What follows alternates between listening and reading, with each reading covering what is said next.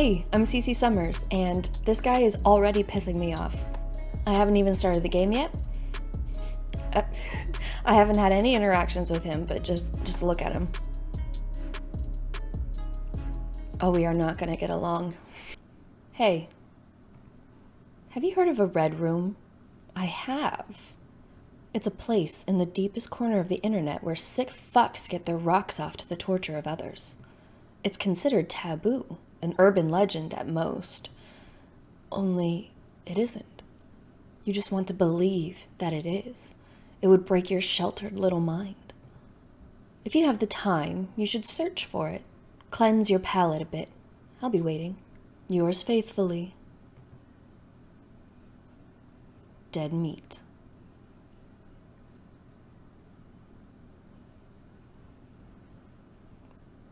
I hate him. Ring, ring, ring, ring. Yellow. Groan. I pick up my phone lying beside me blindly, barely opening an eye to hit answer to see who's responsible for disturbing the sleep I could have had. This had better be good. Why does this pillow have real eyeballs? Hello? Hello? We need you today. I expect you here by 7. 7 in the morning or 7 in the afternoon? Because one of those is acceptable and one of them get fucked. Click. I feel like crying. I work as a bartender most nights, but lately I've had to pick up more shifts due to my coworker dropping off the face of the earth, which also means my boss has been on my ass constantly. I haven't been home 4 hours before I got that phone call to come back to work on my only day off. Ugh. Starting my day with a mournful whine, I crawl out of bed and trudge to the kitchen of my apartment. I wipe my hand over my face as I enter, greeted by the soft, aggressive keyboard smashing and the speaker's softly humming music. Persephone, you're awake already? Oh, hey! Persephone, my roommate, is the biggest horror fanatic I know. Mythology, conspiracy theories, true crime, she's got you covered tenfold. Just 5 minutes on her laptop and she's ready to freak you out. Persephone sounds like my kind of person. Although, she has a bad habit of losing sleep over her shenanigans. Yes, I just had that breakfast on me, not favoring a burnt kitchen if either of us tried to cook something up in our current states. I speak as I order for delivery on my phone. What's going on with you today? Not sleeping again? How did you guess? I point to my own set of eye bags as a hint. She barks out a laugh. Come see for yourself. I think you're gonna like this one. She gestures me over with a wave of her hand, and I'm inclined to sit beside her by the kitchen island. The screen of Persephone's laptop displayed multiple tabs of uproar and support, disgust and forums, a digital riot over this new hit called Dead Meat? Persephone's hum in response was devious. I love her. It blew up overnight, but apparently it's been going on for a while. The dark web actually got a live streamer again after all the other red rooms got shut down. This dude's fucking insane. People are saying he actually goes live to eat people, or eats them alive. Oh, or eats them while they're rotting. Creepy, right? Okay, here's where me and Persephone differ.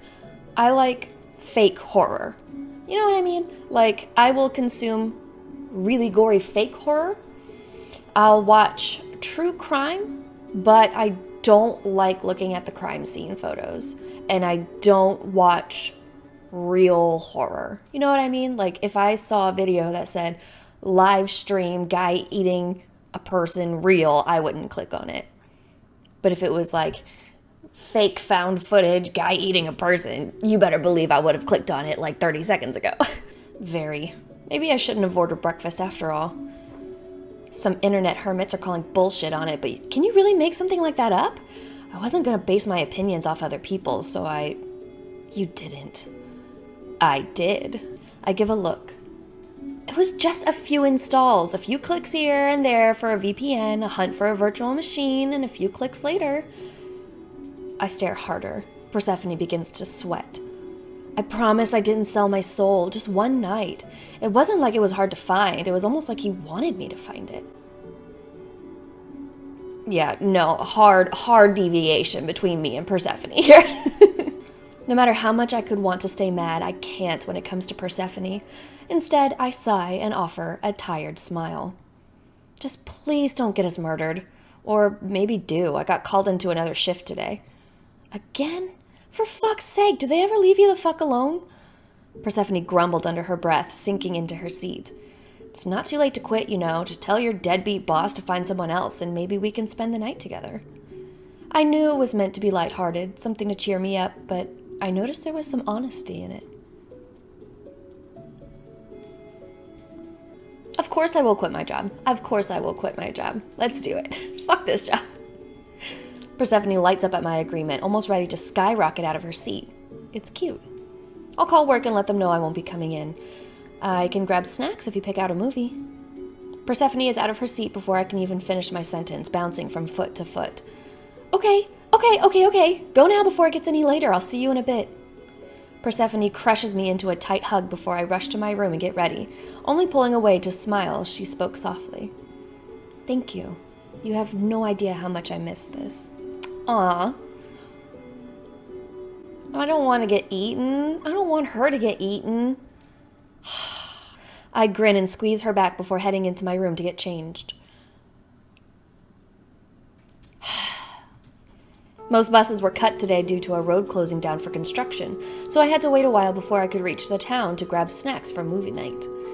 I used the buses as my excuse to my boss, saying I wouldn't be able to get back home safely if I worked tonight's shift. He didn't sound thrilled, but I figured he couldn't risk another employee going missing, so he left me off the hook.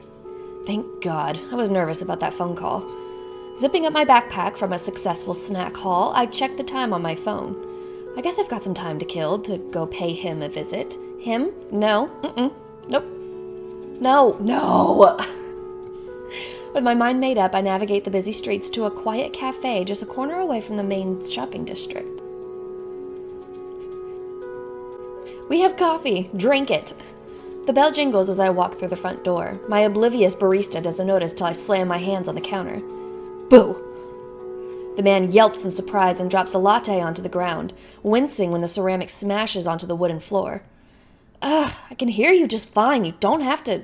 The barista's stern expression softens when he turns around to see me as the cause of trouble, shoulders slumping from their tense hold. He grins sheepishly for his behavior. If I went to scare somebody and it made them drop and shatter a cup, I would feel horrendous. I would feel awful. Sorry, Coda, I probably should have turned that down a notch. Yes. I've known Coda since I was a kid. My ride or die, usually. Usually, he's timid and non-confrontational, but this job has broken his shell bit by bit. He decided to break our own little bubble by asking me out a month ago. It hasn't really been the same since. It's okay, I shouldn't have gotten mad. It's just been a rough day with tourists. Coda leans against the counter with a sigh, cheek in his palm. Hopefully you've been a little better than me. My shift ends in about an hour. If you want to hang around until then, we could maybe go for a walk. I could drive us somewhere. A drive sounds nice, but I shake my head no. I knew I had Persephone waiting for me back home. It would be a dick move to ditch her. Maybe some other time? Persephone already has me booked for the rest of the day, so... My answer dampens Coda's mood to a point where I wondered if I should have visited at all. For both our sakes, he puts on his customer service smile. Don't let me hold you back then. You two have fun, I'll just catch you another time. I offer an apologetic smile before I leave, seeing Coda swipe a mop to clean up the mess I caused. Better get that bus. Aw. I mean, this guy has the dead meat guy hair, so not aw, but like aw. If I didn't see this man on the cover, I probably would have felt bad. It's almost nighttime before I get to the apartment. I knew the buses were bad, but it really cut into the time I could have had with Persephone. I hope she understands. I take the elevator up and fumble with the keys when I reach my apartment door. Why is it unlocked? Persephone wouldn't have done this. If she stays inside, the door stays locked. Unless, maybe I forgot to lock it before I left? I push the door open and drop my bag on the floor. Persephone? I get no answer in return, except for a coppery smell in the dark apartment that hits my nose like a truck. What the hell? Persephone, this isn't funny. Answer me. I notice a flickering light stuttering in the kitchen, along with the bloody smell as I step closer. I stop in my tracks and hold my breath. Crunch, slurp, gulp. With bated breath, I walk into the kitchen, finally seeing for myself the cause of those grotesque sounds, and find my best friend crippled on our kitchen island, the same one we sat together just this morning, lifeless and almost gutless. Her eyes are glossed over, her blood drips from the tile. Ew! Persephone. I don't even scream. I shake violently before throwing up onto the floor, retching what little I had to eat as hot tears stream down my cheeks. It's only when I have nothing left to retch out of my system that I notice the figure looming over where Persephone lay, grabbing a handful of indistinguishable mush that used to be my friend before taking a chunk off of it with his teeth and chewing. He had the audacity to chuckle in between mouthfuls, licking his fingers clean of the bloody mess he made. So nice of you to drop by. This was meant to be a dinner for two, but you just took so long. I hope you can forgive me. Okay, so I guess he's not the same guy, because Coda's hair was like all white on top and then black on bottom. But they have to be related somehow. Their hair is the fucking same. Brother? Older brother. Yeah. His words felt like static in my ears. I don't want to hear what he has to say. I want my best friend back. No answer? That's a little rude. I mean, I did come all this way. Don't I deserve a hello, at least? Seemingly bored of his meal, the man stands with a sigh and brushes the corpse onto the floor with a crunching thud. I don't dare to look up as the footsteps creep closer, and suddenly there's a hand in my hair yanking my head back, forcing me to look at him. I wince. This man smells like death. Come on, I thought you were fun. You don't have to be shy with me. I came for you, after all. I just had to get rid of any possibility of us getting discovered. The walls have ears and all that. What the fuck does that mean? You came for me. What did I do? Fuck off. I'm furious with him, glaring up at him with a grimace before spitting in his face. His laughter that follows makes me tense. That's what I want to see. Be mad. Keep that anger. Let it eat you alive. The man pulls something out of his pocket. Before I can kick him and make a run for it, his hand slams me down and covers my nose and mouth with a sweet-smelling cloth. I fight. I writhe and scream and flail, but my muscles relax and I'm rendered useless as sleep overcomes me. Just before I passed out, I thought I heard a laugh. Sweet dreams. We got big things ahead of us.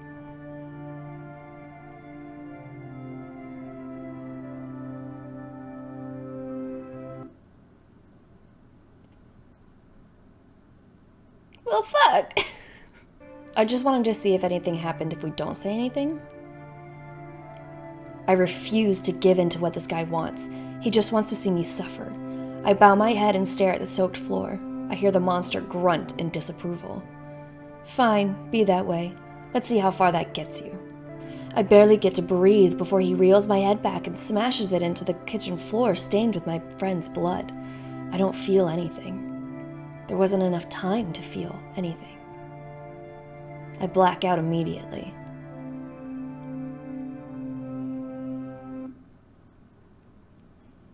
Yeah, I have such bad manners.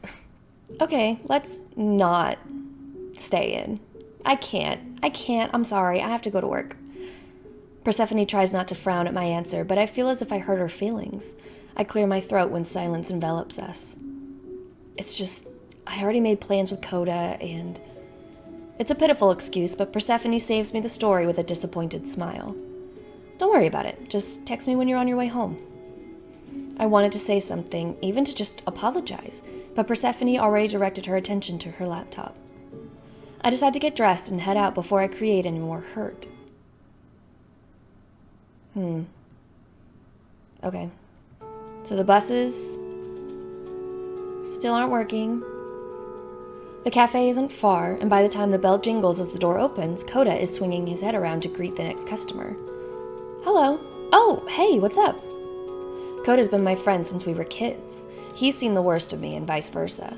Things have been a bit surreal when he took the plunge and asked me out, but Hey, I just wanted to see you. We've been doing all right. I have to go to work soon, so I thought I'd drop in and get some emotional support. The shifts have been all over the place. Coda frowns and leans against the counter. I already knew he didn't like it when I took a late shift. I don't think that's a good idea. Not when your coworker is still missing. I mean, you've barely had a day off. Couldn't you just call in sick this one time? The thought has crossed my mind at least 1,000 times today, but I need this job. Coda knows this by the look on my face and sighs. At the very least, let me pick you up after work. I could order takeout and we could just hang out. I don't like the thought of you walking home.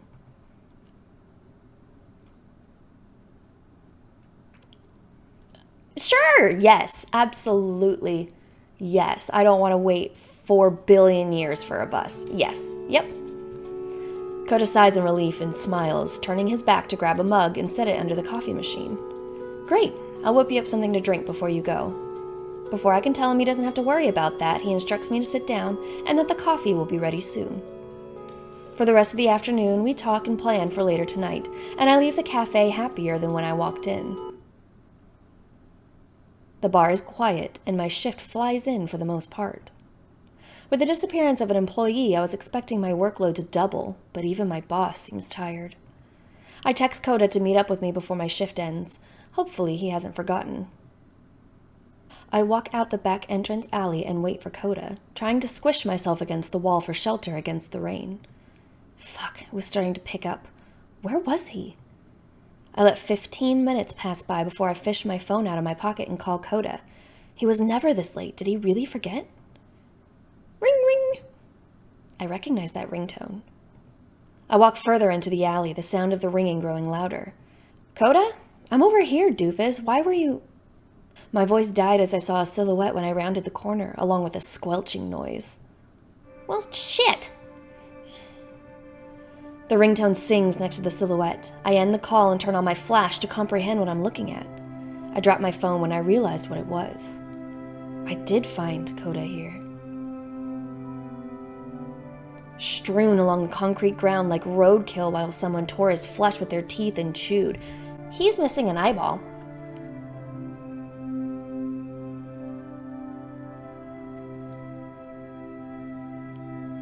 Where'd it go? His blood diluted with the rain and sank into the nearby gutter. Gross. The creature that turned to me picked up my phone and stood up, walking toward me with the flash only giving hints of his face. I could have sworn he only had one eye. Ah, you showed up. Took you long enough. I thought you were going to ditch me. The voice is unusually calm for a face dripping blood. I swallow nervously. Maybe the only reason why I haven't thrown up was because the murderer covered Coda's corpse with his body. He was quite the gentleman, wasn't he? Waited for you here before your shift even ended. How desperate. Forget about him. I'm here to pick you up. My head cracks against the brick wall as he slams me against it, leaving me dizzy as I suddenly feel cloth covering my mouth and nose. I claw at the stranger's face and he smiles in return. You must be exhausted. Close your eyes. The cloth smells so sweet. My body sags against the wall as I lose consciousness and a pair of arms catch me just before I crack my head a second time. I don't want to fall asleep. I need to get to Coda. Coda, I'm so sorry. Yeah, I don't think there's any saving that guy. Leftovers. Why does he keep talking to us like he knows us? Are we a cannibal? Do we do these things too? Or is he just crazy pants?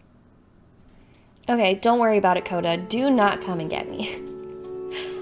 It wasn't what Coda wanted to hear, judging by the way his smile dropped, but I assure him I'll be fine on my own. I can't handle much more interaction today. Well, text me when you're home then. I won't sleep tonight if you don't. I thank him for understanding before I leave the cafe. I have some time to kill before my shift. I suppose I could window shop. Or maybe I should start my shift early. I text my boss, letting him know as I make my way to work. I could use the money. Okay. We're in the back alley.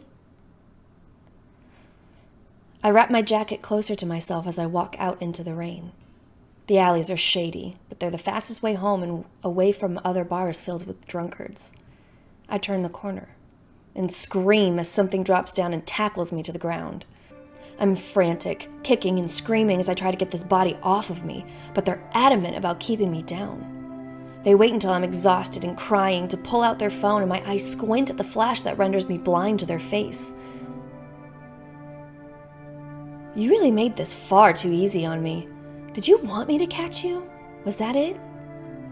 The flash of the phone is shoved closer to my face with each question, and I can only whimper in reply. Not that I could properly answer anyway, he's crushing my ribs. I don't know if you're proud or just fucking stupid. You really thought you could go out at night by yourself? I gotta say, I've had my eye on you for a while. I just thought you were playing hard to get. I don't know you! It's alright though, you might be naive, but you've got a face for the camera. Let's just see how much you can handle before you crack. He's recording? I'm enraged, my fist connecting with his face as I scream. I move to hit him again, but he grabs my face and hauls it forward with a stunned chuckle. Holy shit, you're crazy. Keep that up, we're gonna need to see more of it. The figure lifts my face just an inch higher before he drives it into the ground. I pass out on impact, barely able to hear the sickening thud. Smile for the camera, sweetheart. Well, that's the demo for Dead Meat. I was right. I do hate this man. Fuck this guy. Ew. I'm excited though. It seems like it'll be a really interesting game. And I just hope that the developer puts in some get wrecked endings where we can have him get wrecked. Fucking eat both of my best friends. What the fuck, bro?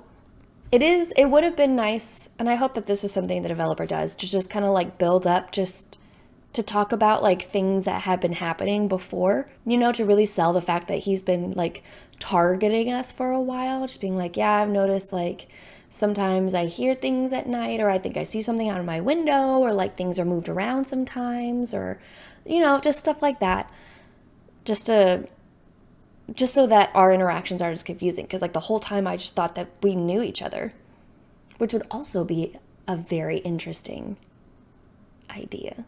Like the only reason we're on the Dead Meat show is because we're a competitor and our show is gaining popularity, and he can't have that, so he kidnapped me and I'm gonna get him back.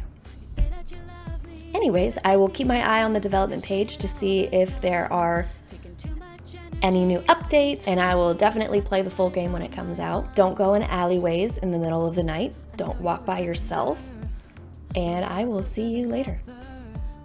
You really thought you were clever, but you weren't. So I'm bored now, I'm bored now, I'm bored now. I don't wanna start a fight 'cause I'm